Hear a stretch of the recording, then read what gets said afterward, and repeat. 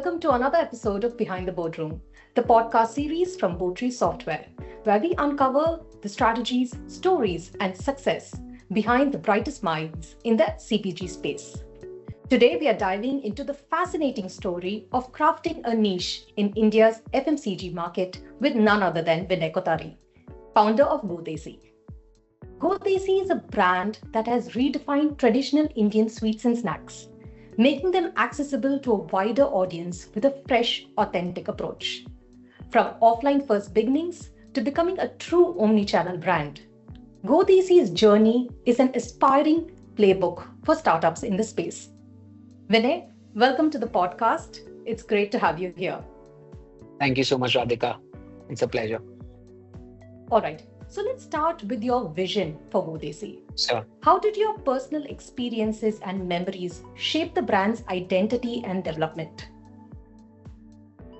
uh, so if I would think about my personal memories, I'd always wondered why Indian regional products, though available in every outlet, they were not really a large brand play or brand experience that have been created. Right? Most of the brands that we know of are either from MNCs or are in Western formats and categories, whether it's biscuits, jams, chewing gum, energy bars, sauces, noodles. None of these are essentially Indian categories, right?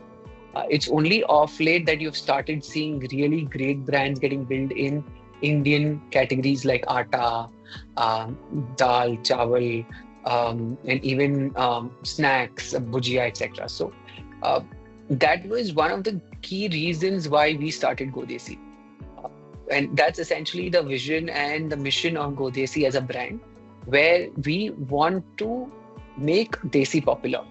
So a three-word statement. And what that means is that I always give this as an example that if a teenager is comfortable gifting a Kaju Katli to his girlfriend on Valentine's, that is when we would say that, GoDESi has kind of achieved its mission. So that's how we wanted. So how uh, Kaju Katli should be as great an export of India to the world what dark chocolate is from, say, Europe. So that's what our mission essentially is at GoDESi. All right. And GoDESi started as a offline first brand, which is Yeah, unique in today's online first world. And building right. an offline presence comes with its own set of challenges, especially Yeah. in distribution and even convincing retailers to stock your products. So, could you share some of the hurdles that you faced, and what are some of the strategies that helped you navigate these challenges? So one of the largest hurdles is obviously getting a product placed, right? To every retailer that we used to visit, and I used to do the sales in the first, say, 2, 3 months of GoDESi. Uh, the biggest challenge was that every day there's at least five new brands which is coming to a retailer and saying, "Hey, keep me," right? And for them, uh, like this, they have seen tons of fly-by-night brands who come in, put the product, and never come again, and then they have to face the questions from customers as to why is this product not available again. So the biggest challenge is to convince the retailer to keep your product when he has multiple other products and when you do not have a brand pull. So that's the largest challenge in any offline play, right? How do you convince him that the return that he's going to make on you is going to be better than, say, any other consumer brand?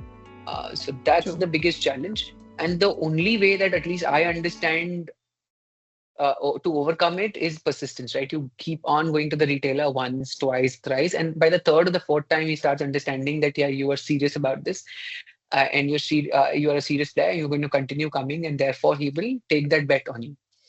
That's one way of looking at it. Or otherwise, you have deep pockets and you put an ATL or you put it on TV, and then they, by looking at a TV Mm. exposure that you have done, they would figure out that this brand is too. So they need some kind of a indicator that this brand is not just a fly by night and it will come and go. It is something which is serious and therefore is going to stay and work with them to build business for them as well as for us. So that was the biggest challenge. And what about distribution? Because distribution is, the key aspect, Hmm. in offline. Right. So how did you go about, approaching these distributors and building that scalable distribution network? So I think the first thing that we need to realize is all of these they are not distributors or retailers are not here to build your business. They are there to build their business, right? So that's the first realization. So everybody has to win in this agreement or in this transaction. So when you realize that, you understand that, okay, how does a distributor make money?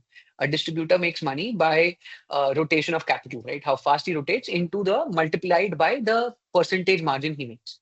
Say suppose uh, you give him a 10% margin, and your speed of rotation, in the sense that how fast he recovers the capital that he puts in the market, is say half that of a larger brand, then the return that he gets is exactly the same. And if the larger brand gives 5%, you give 10%, but he moves twice as fast. So therefore, he has to keep much lesser amount of money invested in that brand, then the return is the same. So when you understand the mechanics of how a distributor makes money, how a retailer makes money, then you can craft a very compelling proposition for the distributor to take you on board. So that was our thought process. So we knew that on day one, no distributor will like, okay, I'm going to supply you. So the first 300, 400 outlets we did by ourselves. Once we established a decent amount of turnover, that okay, here are 300 outlets, we are doing around 5 lakhs of business per from these 300 outlets. Now I want to hand it over to you. So it's essentially, I'm giving this business on a plate to you. All you need to do is invest some money for us and like, do the logistics and the bill collection part, then it starts making sense. So that's how we Hmm. build. So we build the distribution first ourselves, and then we put it out to a distributor. So that's how we approach distributors. And once you start getting distributors, like it's like a flywheel. Once you push it slowly, and then slowly and slowly that it starts getting momentum, and then the next distributor you don't have to explain too much. They Right. start getting it from other distributors. So that's how it works. That's how it worked for us. That's great. Now, storytelling, actually played a pivotal role in GoDesi's brand identity, right? The story itself is very interesting and very nice. So, what makes, storytelling itself so essential for a brand's success? And how has this helped GoDesi reach a wider audience? So brands are built on distinctiveness, right? How different your brand is. I mean, different might not be the right word. How distinct it is from others, right? Now, so there are multiple tools that you can use to make a brand distinct. It is your logo, it is your colors, it's the format that you have or the package. Now, in packaged food, unfortunately, most of it can be copied. The color, the logo, and it takes time to build that and so either you have to have a very differentiated product, so which happened in our case of Desi Pops, which is a very differentiated format, a lollipop on a stick. It is that ice cream spoon becomes like an distinct imagery itself. So that Yeah. helped us build a brand. And then the second way is if you are able to build a story, right? If you are able to build a story around the fact that um, Desi Pops is from rural India. It is something that you've already had, and it is you take pride in the product, and then that and it's chatpata, all the flavors in one. It's made with jaggery. So that storytelling then also enables is a way for you to become distinct and therefore occupy a very specific position in a consumer's mind, and that helps build brand. So that's where the importance of storytelling is. Whether it is Red Bull, whether it is Nike, the storytelling helps them stand out amongst the clutter of other brands which are there. So that's where the storytelling helps. True. And I think the storytelling should also be a little relatable, right, to the audience that you're catering to. So Yeah, that yeah, resonates with them and, they actually resonate with your product too. absolutely. So now, when you talk about, GoDesi's successfully transition, from offline to an omni-channel brand today. So what are Right. some of the key strategies that enable this shift? I think one of the most important strategy is to build for the channel, right? You cannot do the same things that work on offline will work on online. So, for example, in offline we sell pops at 5 rupees a piece. In online we sell a pack of 10. In On Amazon we sell a pack of 50, which is a pack of 250. On online we sell it in a pack of 10. So SKUs also start differing. In sweets we sell a pack of 10 rupees of barfi in offline. So how do you match your assortment?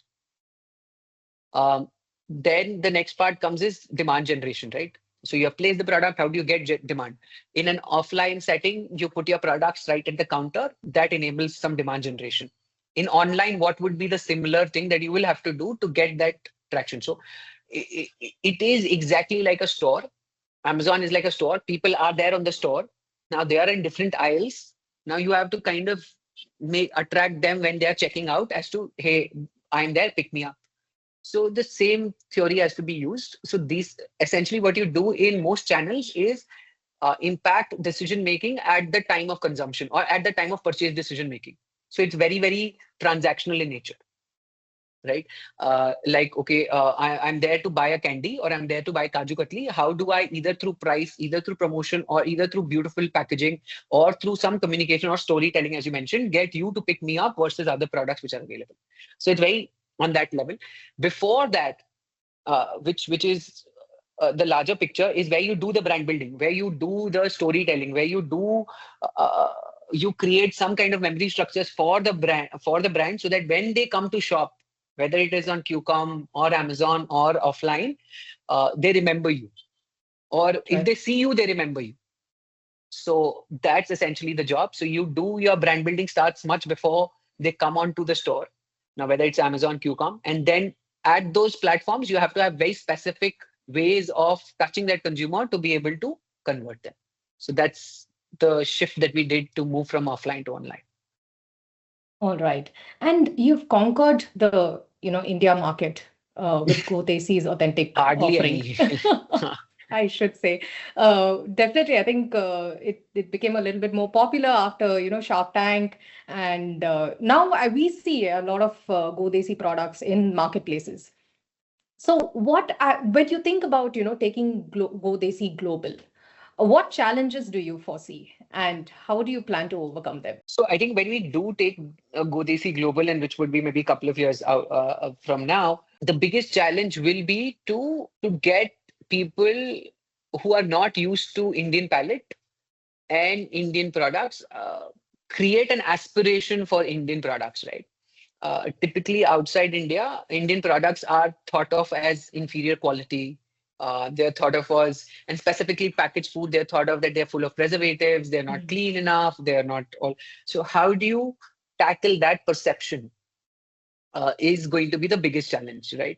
What Korea has been able to, South Korea has been able to do with Korean import, right? Whether it is Netflix, whether it is the Korean food or it's Korean beauty, that's what India will have to do for Indian products, for uh, uh, Indian products, for it to become aspirational for the global, and that will start by taking pride in our own products first. When True. we find it cool enough, as I mentioned, when we find it cool enough to gift to our better halves, or and then that pride essentially needs to turn into some sort of aspiration for the global audience. So that will be the biggest challenge for Indian brands trying to make it Mhm. abroad by not trying to look Western, right? I mean, I don't True. want to name it some Louis Philippe and or Peter England and then sell there. I want to call it an Indian, like Go Desi, and it should become aspirational that way. Wow, that's really nice to hear, and I hope to see that happening Yeah, yeah, in the near future, Vinay. All right, GoDesi has modernized traditional stacks and sweets, yeah, yeah. and all while preserving its cultural authenticity. So, how do you balance innovation with the essence of tradition, and what role does customer feedback play in this process? I think first is that you draw some cultural boundaries, right? I mean, you know what Desi stands for, so you don't try and overstep those boundaries. We don't want to be that brand which does a wasabi flavored nippot. You create those cultural boundaries and try and be around those boundaries for a brand, so that you always are an authentic brand.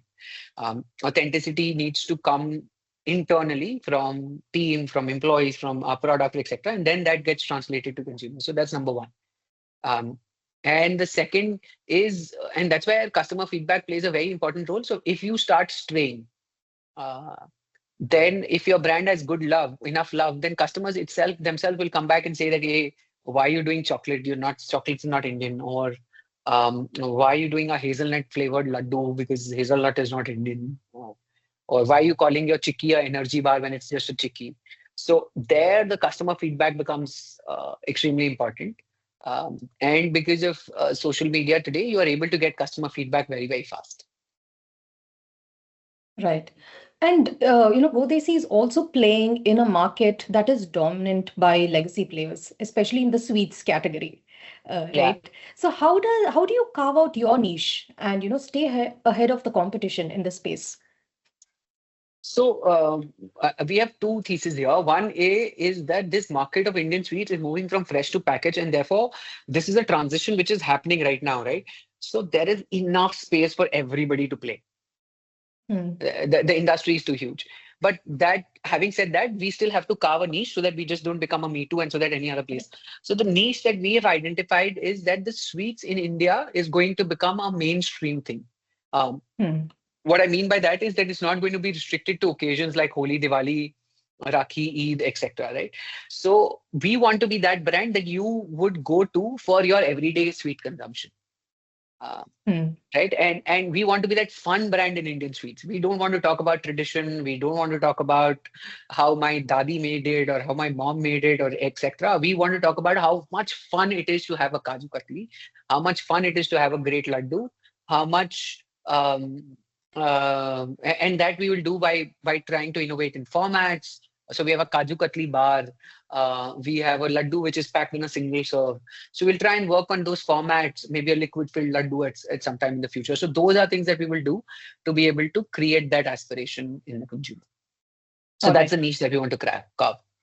Okay. And you have about 40 SKUs and multiple categories, right? Yeah. So when you are scaling, right, how do you ensure that, the quality, innovation is, intact and for all the, products and SKUs that you're rolling out? I think quality, one of the biggest parameters for controlling quality is if you control your own production, and we do. So I think that's one thing that we invested on day one, that we will never contract manufacture, or we contract manufacture as minimal as possible. So therefore, quality control is right in. So 90% of the products that we manufacture are sold by us. So that's number one. Number two is uh, by setting up very clear quality parameters on day one, that what are those parameters that we are going to be very particular about, and therefore not discount them ever. Are So when they are set in stone, then the entire team knows Hmm. that how important this is. And the third is by walking the talk, right? So, for example, if you have a bad batch of kaju katli or say a barfi and laddu, and that costs a lot of money, and then you say that no, no, no, let's send it out. It's okay, one piece in 100 piece, nobody will know.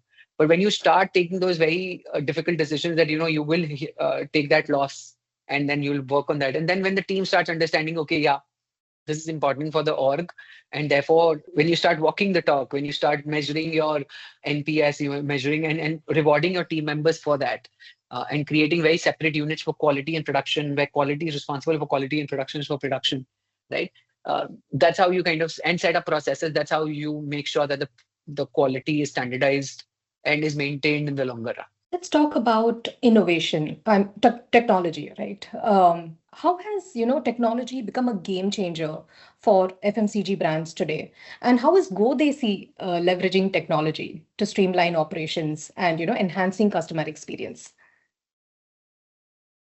So tech is essentially the backbone for the entire organization, right? Right from procurement of how the product is procured, how it is coming in, what batch it is coming in, how is it going into the manufacturing process, what is the manufacturing efficiency, the batch code, and then how is it going to the customer. All of that is tracked in our entire backend today. So that is one of the biggest way, that entire ERP system being set up um, at scale, and which is set up for scale, has enabled us to have a clear understanding of what is happening at the value chain, in different parts of the value chain at every point of time. So that's one part of it, right? Then the second part of it is the data that we constantly get from our different systems that we have put in place, whether it is on the back end, whether it is on the front end, to be able to understand what's happening in the market. Um, like for example, we use a Salesforce automation where we get an understanding of what sales is happening at what outlet, how many outlets are getting billed, when is it getting billed, what time is the sales officer on ground, how many outlets has he done, what is the kind of coverage that he has done. So all of those metrics then go in and try and drive our decision making process. Again, on marketing front, we use a lot of data from the platforms as well as from our field force. Okay, this is where I've deployed a dealer board.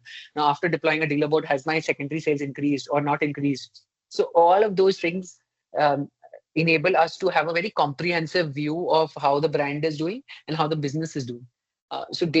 Essentially, technology becomes that layer which gives us a lot of data at data for different functions in the organization.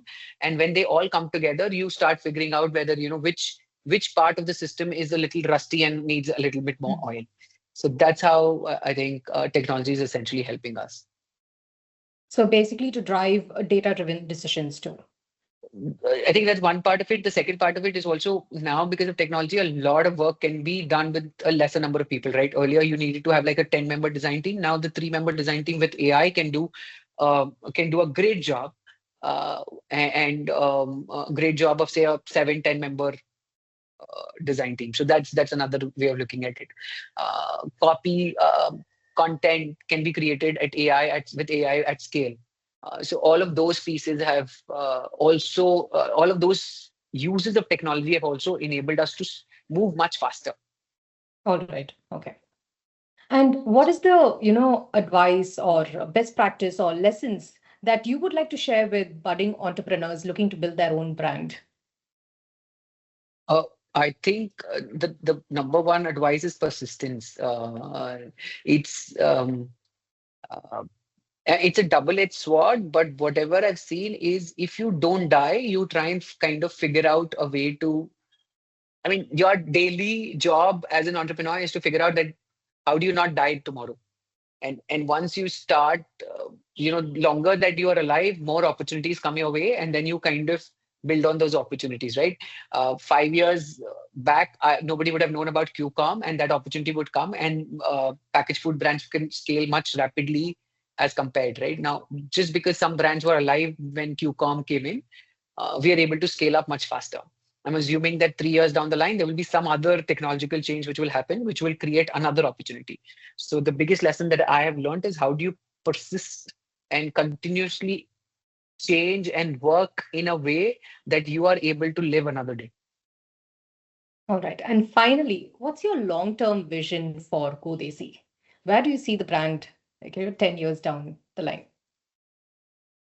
I think I see the brand um, as the single most recalled, purchased uh, brand for anything they see in India and maybe the world, or being able to take some of the most interesting products that we have as Indians to the world. All right. Okay. And that brings us to the end of another episode of Behind the Boardroom. Vinay, it's been an absolute pleasure hearing about your journey and the remarkable growth of GoDESi. Your insights into offline challenges, storytelling, and future plans are truly inspiring, not just for FMCG entrepreneurs, but anyone building a brand with purpose. So, thank you so much for joining us here today. Thank you, Radhika. It was a pleasure. To our listeners, thank you for tuning in. If you enjoyed today's episodes, don't forget to subscribe to Behind the Boardroom on your favorite podcast platforms. You can also follow us on LinkedIn and YouTube for highlights and updates on upcoming episodes. We'd love to hear your thoughts, so feel free to leave us a message with any questions or topics you would like us to cover in the future at marketing@botree.co.in. Until next time, stay curious, stay inspired, and we'll see you in the next episode.